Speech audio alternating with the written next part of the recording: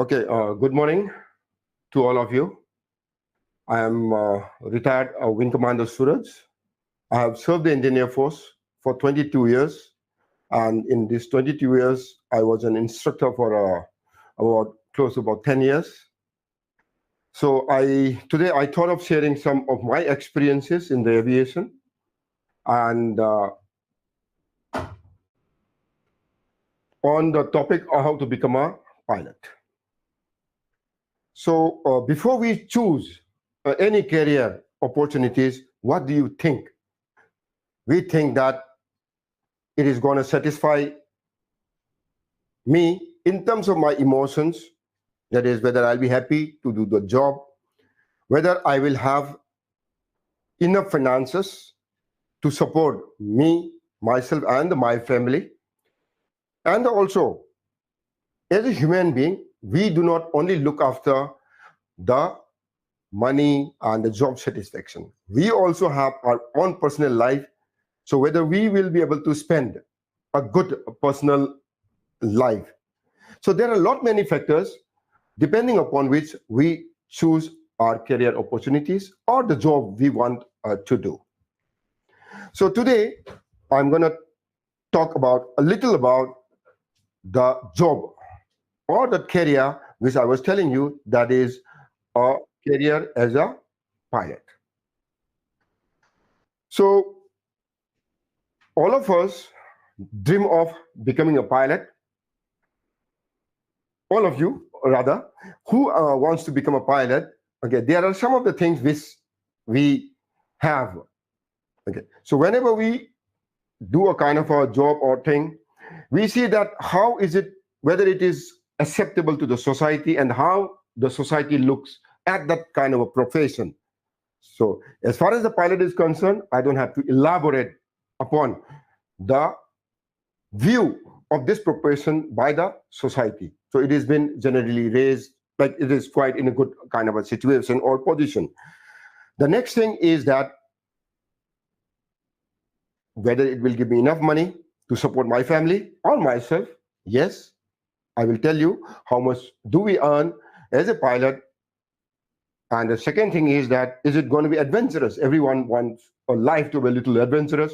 Yes, it is adventurous. And also it will expose you to a world, to the entire world. As a pilot, our profession is that, our office rather, is at flight level 350. That is what we say, that 36,500 or 35,500 feet above the ground is my office. So if this is my office, I keep moving around the whole world. So you get to see the entire world. So we do, everybody on holiday, what do you want to do? We want to go to a new place and explore the new place. Okay, this is a part of our profession. So we keep going to different places and we explore those places.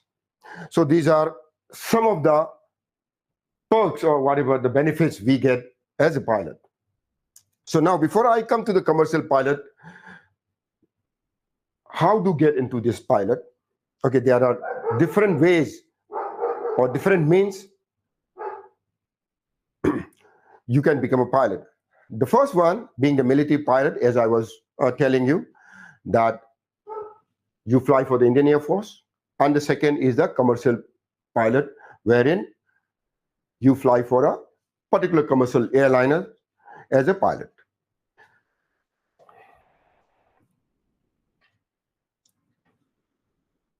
So now today I'm going to be talking more about the commercial pilot license program. So what is a commercial pilot license? A commercial pilot license is that pilot license that allows the individual to fly an aircraft for compensation or hire, including carrying passengers or property for pay. It's a key step for aspiring professional pilots, enabling them to build flight hours and experience towards further certification like an airline transport pilot license. Primarily, what does it say is that, okay, in order to fly a transport airliner, okay, as a pilot, you have to be a commercial pilot license holder. So there are different types of pilot licenses. The very basic pilot license is the student pilot license. as a student, you fly, okay, you are given a pilot license as a student pilot license, wherein you are not allowed to take any passengers. The second license what we have is the PPL, or personal pilot license. That is something like my own driving license. With this license, I cannot carry out a commercial activity. However, if I have my own aircraft, or if I can hire an aircraft on which I am able to fly, I can fly. Like the way we drive our vehicles, every vehicle, like I do require a driving license to drive a vehicle. So it is a license to drive an aeroplane. But however, with this license, I cannot fly, or I cannot carry out any commercial activities. So the third level of pilot license is the commercial pilot license, or in short, we know it as a CPL. So with this license, I can fly commercially, I can earn money out of that, I can fly passengers. But this is the very basic license we require to fly a commercial airliner. So a holder of a commercial pilot license can fly as a co-pilot, or we also say the first officer. So you don't become a captain. So after having some experience as a co-pilot, you will be upgraded to the captain of the aircraft. In order to become a captain, you are supposed to give another examination. The name of the examination is the Airline Transport Pilot License, or in short, what we call it as a ATPL. So after having this certificate or this license, you become a full-fledged captain. So this is the hierarchy in the profession of a pilot in a civil airliner. So I was talking about how much a pilot generally earns. I will show you a video. Through this, you will come to know, because money is not everything in the life, but money is also one motivating factor before we choose a profession. Oftentimes, I get asked, how much do I earn as an airline pilot? Airline pilot salaries in India, explain in a minute. Salaries vary airline to airline, but these are average salaries for pilots in India according to their designation and experience. After joining an airline, first designation the pilot gets is trainee first officer. Salary of a trainee first officer is between 80,000 to 1 lakh rupees. As airline training is completed, after being released, salary of a first officer is 2.5 to 3 lakhs. After completion of 1500 hours and clearing DGCA ATPL exams, first officer gets promoted to a senior first officer. Pilot salary as senior first officer is approximately 4.5 lakhs. Once the pilot gets promoted to a captain or a commander, salary is about 7 to 8 lakh rupees. For wide-body airplane pilots, this salary can also be as high as 10 to 12 lakh rupees. In addition to this, pilots also get paid for overtime, labor allowance, etc. These are the approximate gross salaries and are subject to taxes. So this is some of the perks I was talking about. So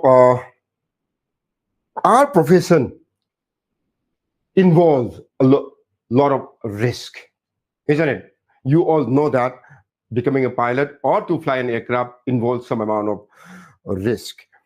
So, but however, we do not have to get worried, because we train, any academy who trains a pilot has given enough experience or enough exposure to the young pilot to face all kind of a danger. And as the technology develops, the aeroplane these days are very, very, very safe. So these safety aspects is generally looked after by the regulators. Okay, whenever we fly an aeroplane, what we do is we always look after the safety of the aeroplane, so that I am safe and the passengers who are sitting behind, or the cargo which are sitting behind, are safe. For this, we have a very, very strict regulations in India, which is looked after by the DGCA, and if we talk about globally, it is looked after by the ICAO. So any training program which you conduct which you go through any of the academy are strictly monitored by in India by the DGCA, or in turn looked after by the ICAO. So without the guidelines or rules and regulation, you cannot open an academy. You have to be, your academy has to be approved by that DGCA, then only you can run an academy. So now there are certain requirements coming to how to become a pilot. Coming to that, there are certain requirements, okay, you need to fulfill. The first requirement I will categorize as a general requirements, and the second requirement I will classify as a flying requirements. So what are there in the general requirements? Okay, in the general requirements, I have listed here, I will go through one by one. That is, the individual has to be above 18 years. That is number one. And educational qualification, you have to have certain education qualification. That is, a minimum of 10+2 is required. And you should be proficient in English language. And you have to get yourself registered in the DGCA. Without this registration, you cannot write an examination. You have to be medically fit. So there are two categories of medical fitness. When you initially apply for the medical certification, you will have to go through many tests, okay, starting from your eye, ear, chest, x-ray, everything. So the first certification what you get is class 2 medical. After finishing the class 2 medical, then thereafter, after about 3 months or so, the DGCA will approve that you are medically fit.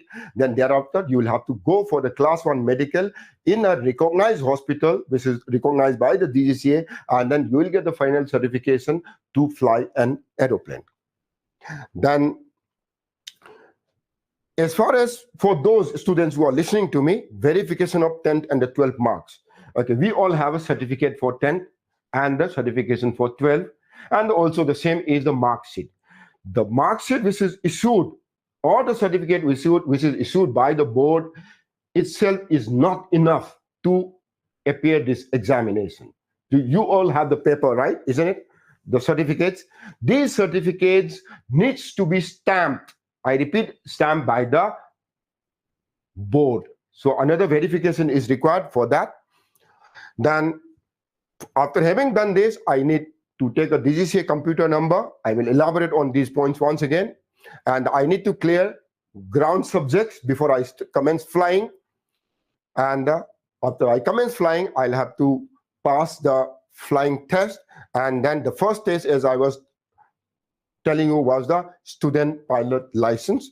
Then after clearing all the ground subjects and after having achieved the student pilot license, then you will have to apply for another examination, that what we call it as a RT, okay, radio telephony. So after having cleared all these things, you are ready to go ahead as a pilot. As I was telling you, the student must be at least 18 years above on the date of application of the issuance of the commercial pilot license. However, since it is at the time, the requirement of 18 years is at the time when you get the license. So therefore, a student can commence these procedures when at the age of 17 also. The training program at the age of 17, as it will take at least 1 hour plus to complete the pilot training program.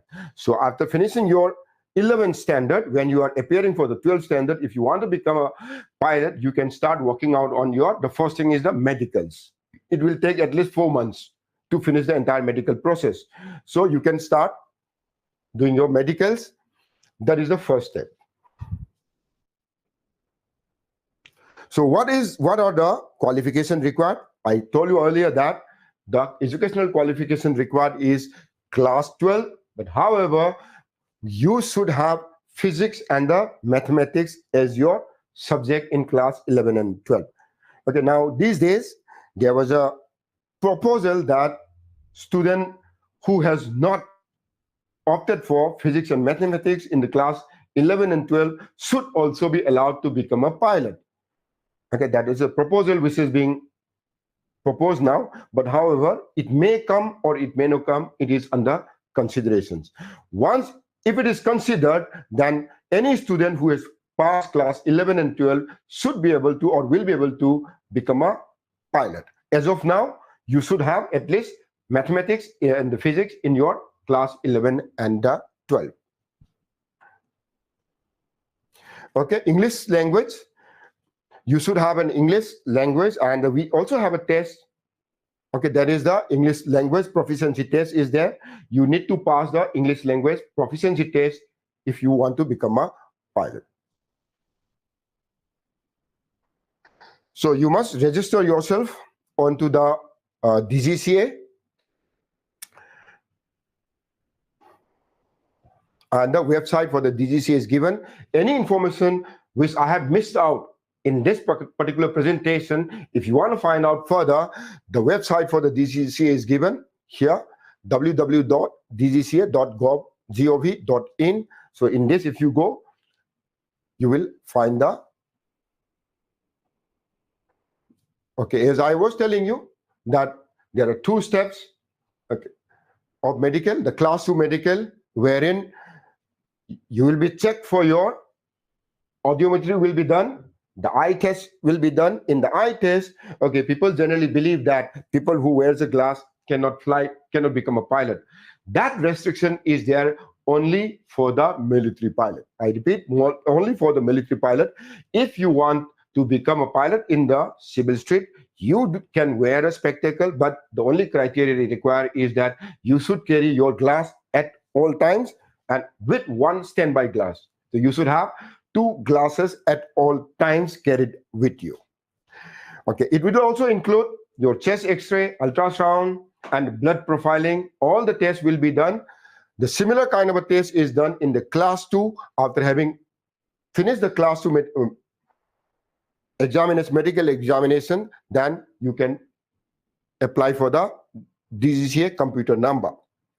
So I was telling you, original verification of 10th and 12th mark sheet. A student needs to obtain board verification certificate from the respective education. Those of you who are already in this process and who have not done this verification from the board, for example, in Manipur board or in CBSE board, you need to get this thing done. Okay, in the DGCA, in their own website, there is a, not the DGCA, sorry, CBSE, they're in their own website, there is a particular page through which you can apply it online, and your certificate, that is mark sheet, as well as certificate, will be verified by the respective board. This verification is a mandatory requirement before you start the journey as a pilot. Then after having achieved this verification, then you need to apply to the DGCA for the computer number. The computer number is like, in your term, I say that it is a kind of your admit card. I registered myself to the DGCA, okay, that I want to become a student pilot. Then the DGCA will approve, and a particular number will be allotted to you. That is what we call it as a computer number. It is like your admit card. Okay, through this admit card, you can apply the examinations.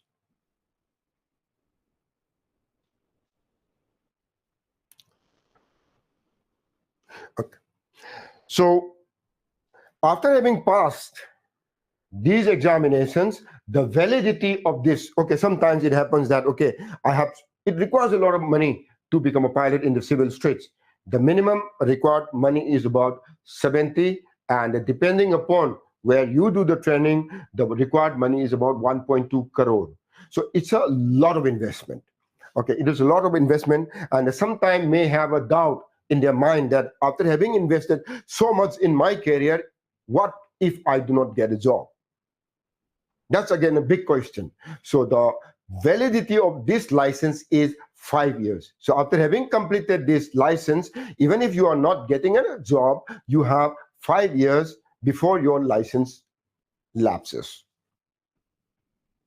Then even if it lapses, you'll have to reappear the examinations, okay, and then you can renew your license. So what are the subjects we need to study as a pilot during your pilot training. So it is divided into 6 subjects. The first one is navigation. Navigation is a subject on which you will learn a lot about how to find the position of an aircraft.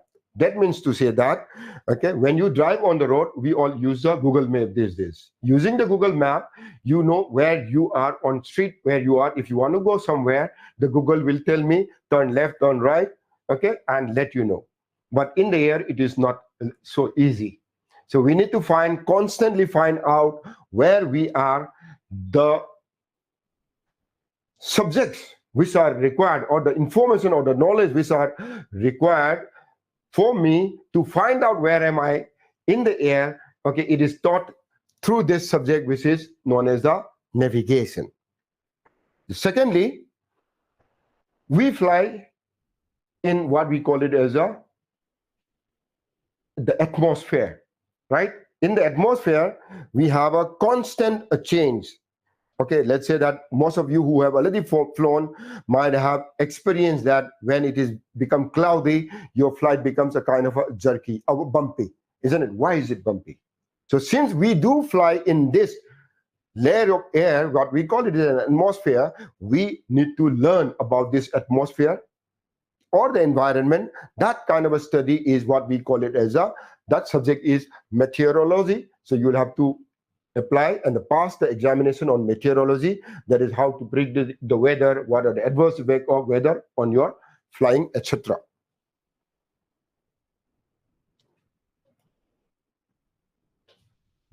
So the next subject what we require is the, just a minute.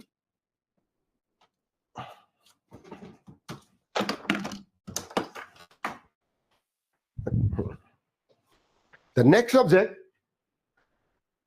subject what we require is the air regulations. Okay, once again, you might have experienced, okay, some of you who has already got a driving license.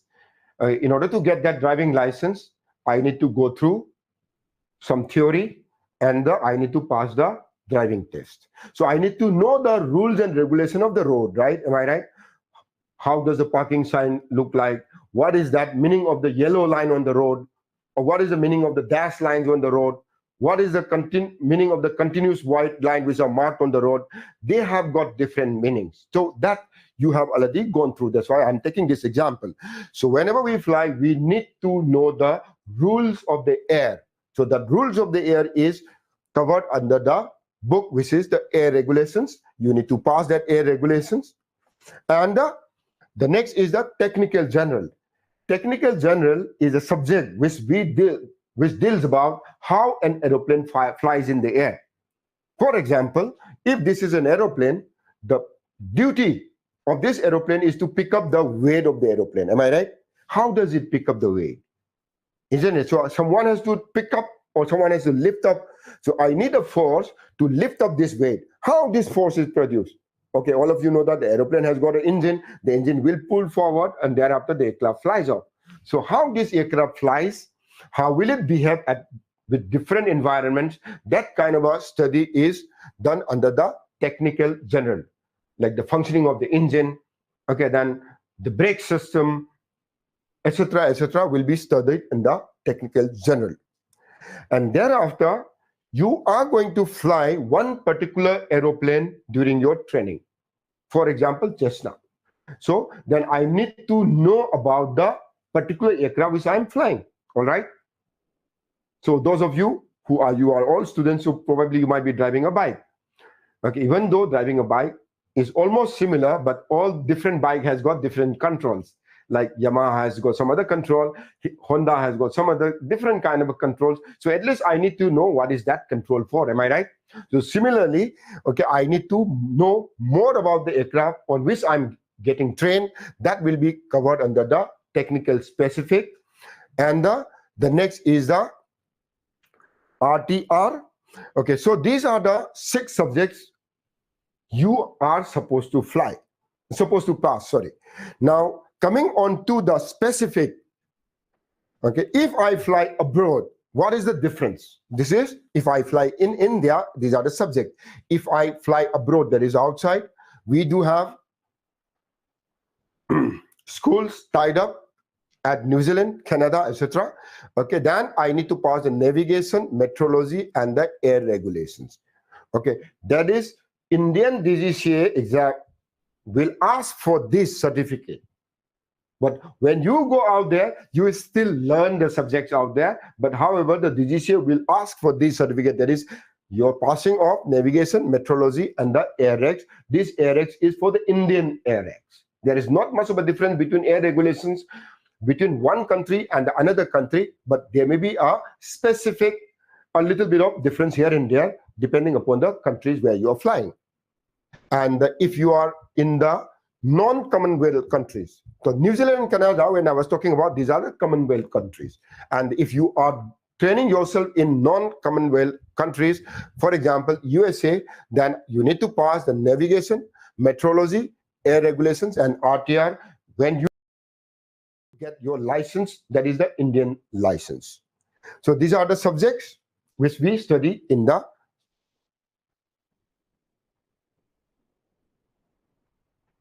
okay, as I have mentioned, the first step is to get the student pilot license. Okay, after having passed the student pilot license, then I need to pass another examination. Okay, you might be thinking there are many examinations. This is what the aviation is a very is a profession where we are supposed to be very safety. So there are checks and balance everywhere. After you get the student pilot license, then I need to pass radio telephony. Radio telephony is for like in an easy way. I'm in the air, okay, but I am controlled by the person who was sitting on the ground. Okay, that we call it as an air traffic controller. So I need to communicate with the controller, or in turn, the controller has to give me some guidance, right? Am I right? So this is communicated through radio telephony. For example, let's say what in a common term, what we call it as a walkie-talkie or RT. So in order to go further ahead, I need to pass this RT examinations, wherein I will learn more about electromagnetic waves, how it is transmitted, how it is modulated, many things, and it will also have a viva after the written test, because I need to see your proficiency in terms of your communication capabilities. So this particular RT examination has got both written as well as a viva on the subject.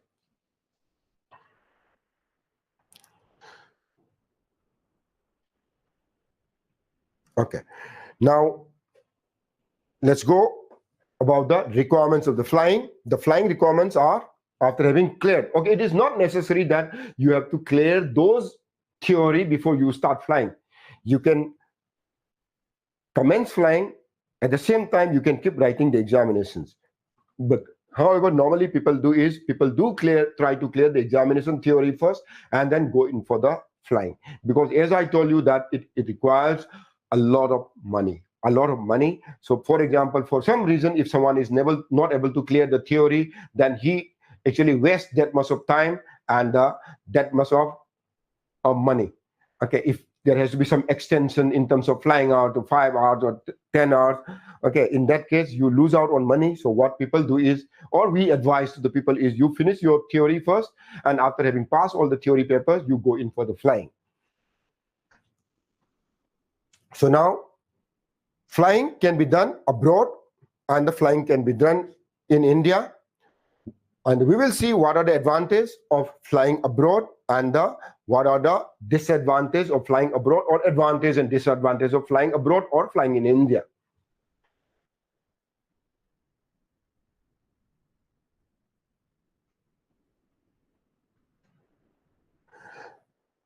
So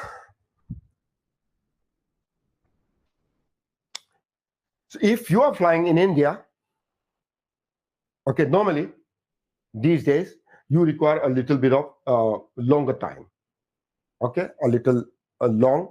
But in case if you fly abroad, okay, the flying is very fast, and you will be able to complete that 200 hours of flight time, okay, in a very short span of time, but India, it is normally, it takes a little more time. But the problem of flying abroad is that after flying abroad, you need to come back in India and convert your license into Indian license, for which you will have to fly some hours. Okay, that may take another 3-4 months. So finally, when you say that, okay, we probably aim that a student must finish the license within 20 to 21 months. So depending upon whether you fly in India or abroad, it may take 20 months or 21 months. 20 months for those people who fly abroad, and the 21 months those who fly in India. But in India, 21 months is not very this thing. You do not go by that. You may take a longer period of time.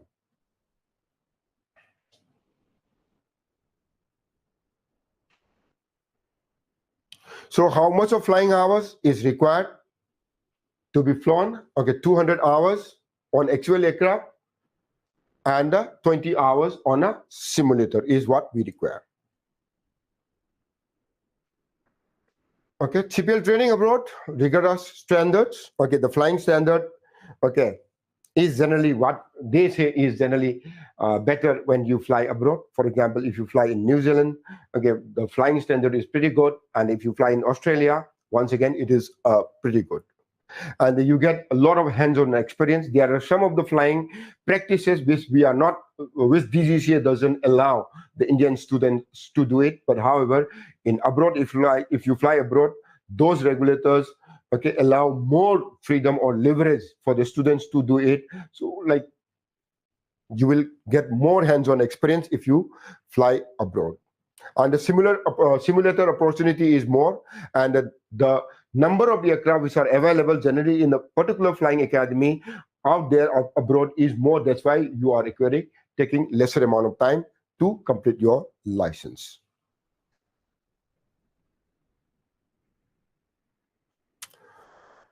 Similar number of hours is required if you do in India. That is 200 hours of actual flying and the 20 hours of simulators. And you have got 100, for out of this, you have to fly 100 hours as a PIC, 250 nautical miles check is going to be there, the test. Okay, when you complete each nautical mile, it has been logged. Once you complete 50 hours PIC cross country is checked once again. Then 250 nautical miles check is done. Once you finish that number of nautical miles is the unit of distance what we use in the aviation, like the kilometers what you use in the on the ground. Okay, after, for example, the equivalent will be like after having completed 250 kilometers, you will be like tested in how is your driving skill. It is somewhat like that. Okay, then 40 hours of instrument time, okay, is required. 300 nautical mile check will be done, and the 120 nautical mile check. There are a lot many checks which are required. They will be carried out. In India, it is also strict. It is also very meticulous. But the only thing is that I was telling you, it takes a little more time.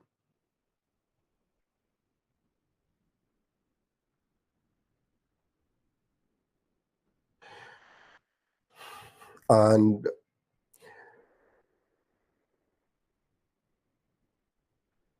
okay, as I was telling you, once you do the license abroad, then you need to convert, okay, into the Indian license.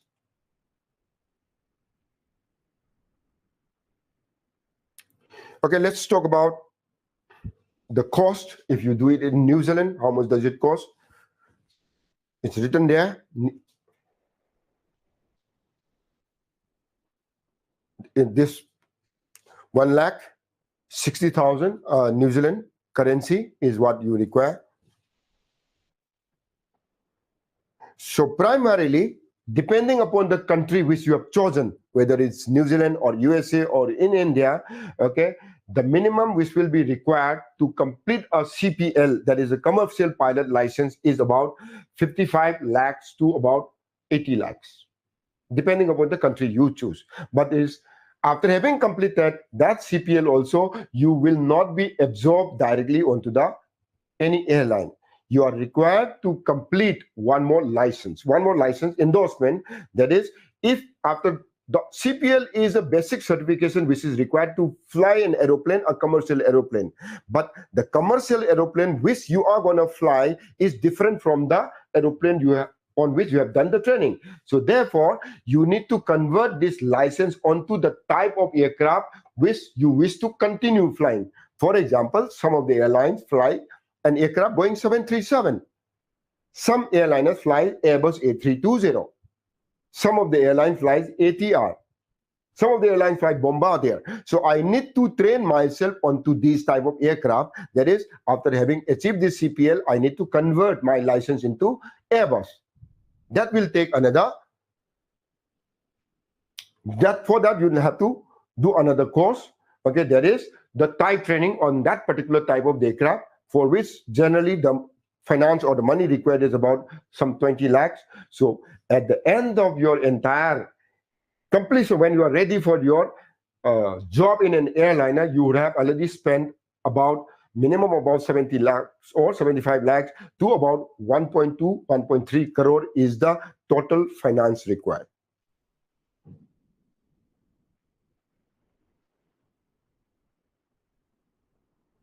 Okay, so now after having done this entire training, that is, I have finished my CPL training, I have done my type rating, then how do you apply for a job in a airline?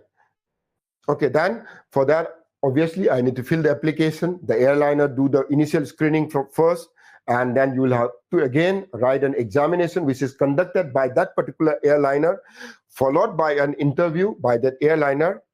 After the interview, then group panel interview is there. What exactly is the group panel interview? Like, it's a kind of all of you know the kind of a group discussion. You will be those candidates who come. Okay, 8 or 10 candidates will be made to sit inside a particular room. They will give you a topic. On that topic, you do the group discussion, and in that, primarily they will check your leadership qualities, your empathy, how is your group dynamics. They will check that, and you need to pass that. Then we'll have to do the psychometry test also. What exactly is psychometry test? Those of you who are in already 11 and 12, who are already preparing for the SSB, that is the Service Selection Board, which is for the NDA, would have gone through this psychometry, would know that what psychometry and the group panel is concerned. In this psychometry, it is primarily checking the behavioral psychology of the candidate by projecting you to different stimulus, psychological stimulus. Okay, how you respond to this psychological stimulus will let us know what is your behavioral psychology. That kind of a test is done, and in order to check your proficiency in flying, they will put you onto a simulator, and they will check your flying skill in a simulator, and also at the same time you need to pass the medical. So these are the requirements after having completed your license before you enter into a particular airline as an airline pilot. Salary, I have already told you in the beginning, so I will not go through it. So with this, I will finish my presentation today. So if you have any queries further, you can contact me on ASK Aviation School, and my numbers are given: 94120-50281, 94120-50282, and 981-855-281, or on my email address, asksharma70@gmail.com. You can find, if you are interested in going through this, and if you want to check out on how the classes are, how the subjects look like, you can check out on my YouTube also. That is ASK Aviation School is the YouTube channel, the same channel. So you can find the lectures on some of the topics in this channel. Thank you, ladies and gentlemen. Have a nice day.